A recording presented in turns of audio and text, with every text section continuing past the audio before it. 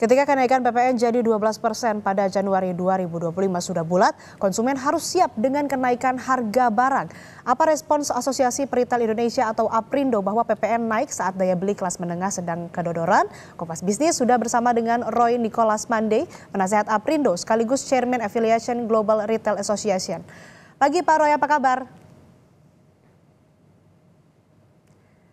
Selamat pagi, Assalamualaikum, semangat pagi. Waalaikumsalam, semangat pagi Pak. Pak, sebelum ke pertanyaan teknis, kami ingin memastikan, katakanlah kenaikan PPN tidak bisa ditawar. Artinya kan kenaikan harga barang ini akan ditanggung konsumen. Konsumen yang akan bayar, benar demikian? Ya, jadi kembali lagi bahwa kami tentunya sangat berupaya memberi informasi publik maupun juga menyampaikan dalam berbagai kesempatan kepada pemerintah dengan satu dasar alasan bahwa kita mau menjaga konsumsi masyarakat ya Indonesia, di mana konsumsi merupakan kontribusi utama dari produk domestik bruto kita, pertumbuhan ekonomi kita. Kita ketahui, kita memberi catatan bahwa naiknya memang kelihatannya cuma 1%, ya kelihatannya seperti itu. Tetapi perlu diketahui bahwa ini memang sudah undang-undang yang ditetapkan, Undang-Undang Nomor 7 2021 tentang HPP. Tapi perlu diingatkan bahwa saat ini masyarakat ya sedang dalam kondisi yang lemah dalam hal konsumsinya.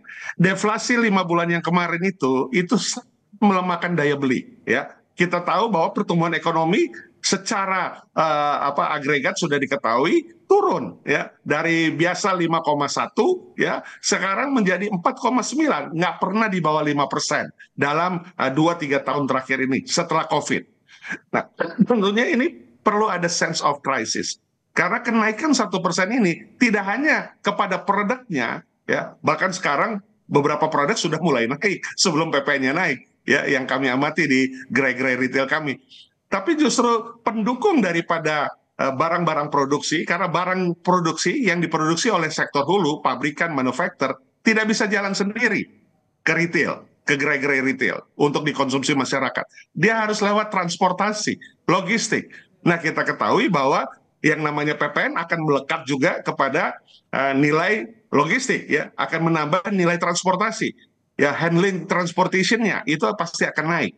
Kemudian juga sumber bahan baku, ya, sumber bahan daripada produksi manufaktur. Kita tahu bahwa selama deflasi ini kita punya PMI sudah turun 49,1, ya 49,2. Nah, ini menandakan memang terjadi juga pelemahan di manufaktur. Terjadi pelemahan di sektor hilir, terjadi pelemahan di sektor hulu.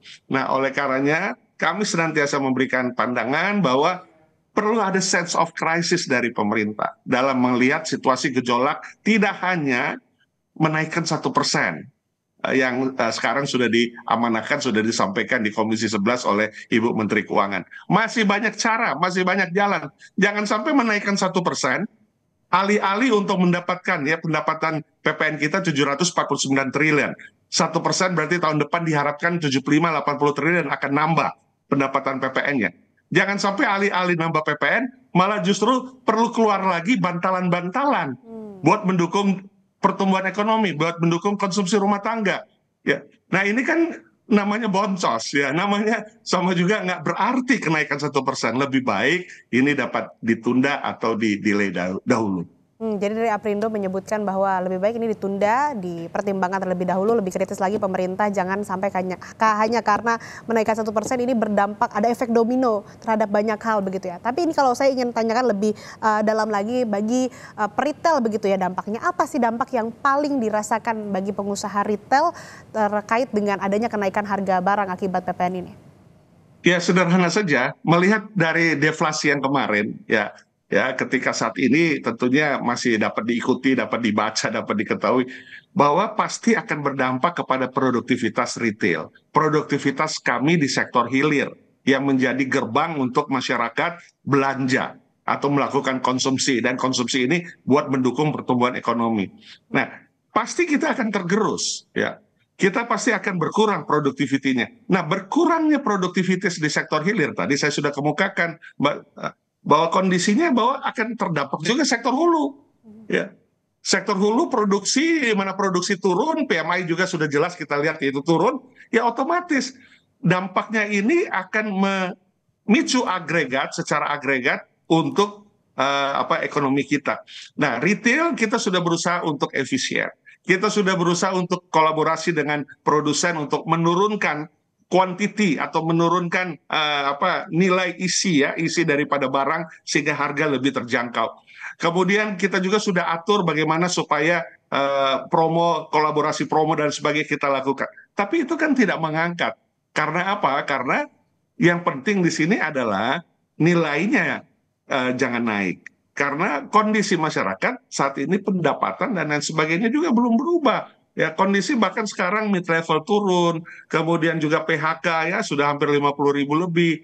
Ya, kemudian juga kondisi supply chain yang masih defisit ya. Kita masih ada kekurangan ketersediaan pangan. Yang pasti kalau ketersediaan pangan turun pasti harga naik di akhir tahun ini menjelang Natura. Nah, pada saat 1 Januari diberlakukan, maka kita sangat prihatin ya ketika pemerintah tidak memiliki sense of crisis untuk ini.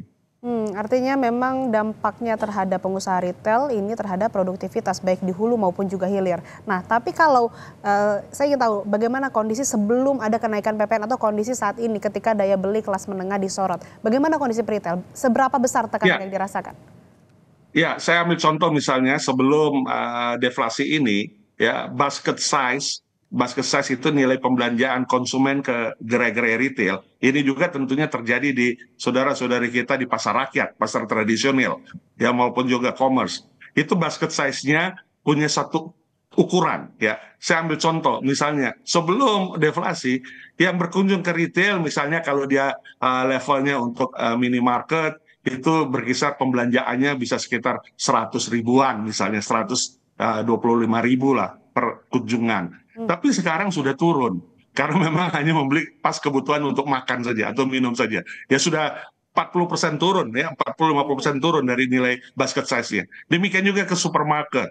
Ya biasa belanja sekitar 300, 400 sampai 500 ribu lah rata-rata. Sekarang sudah tinggal 100, 200 ribu hanya untuk beli beras, beli minyak goreng ya, dan juga gula untuk makan dan minumnya secukupnya. Ya tidak ada lagi yang namanya impulse buying untuk membeli yang lain-lainnya lagi. Ya. Kemudian juga di hypermarket juga seperti itu. Beberapa daerah bahkan di Jawa ini sudah titik nadir pertumbuhannya, sudah tidak ada positifnya. Ya hanya terbantu karena memang di luar Jawa ya masih ada sokongan secara agregat konsolidasi.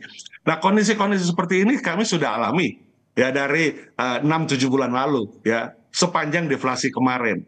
Ya, ini melihat faktor yang terdekat saja ya. Ini kenyataan yang tidak bisa dipungkiri. Ya, dan itu tercatat di pertumbuhan ekonomi kita pasti turun karena konsumsinya turun.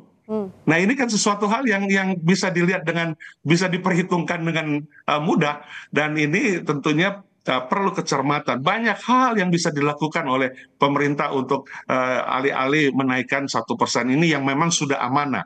Ya, kembali lagi, memang ini kami mengetahui sudah amanah, tetapi kan kenyataan ya kondisi saat ini tentunya pemerintah perlu tidak arogan ya.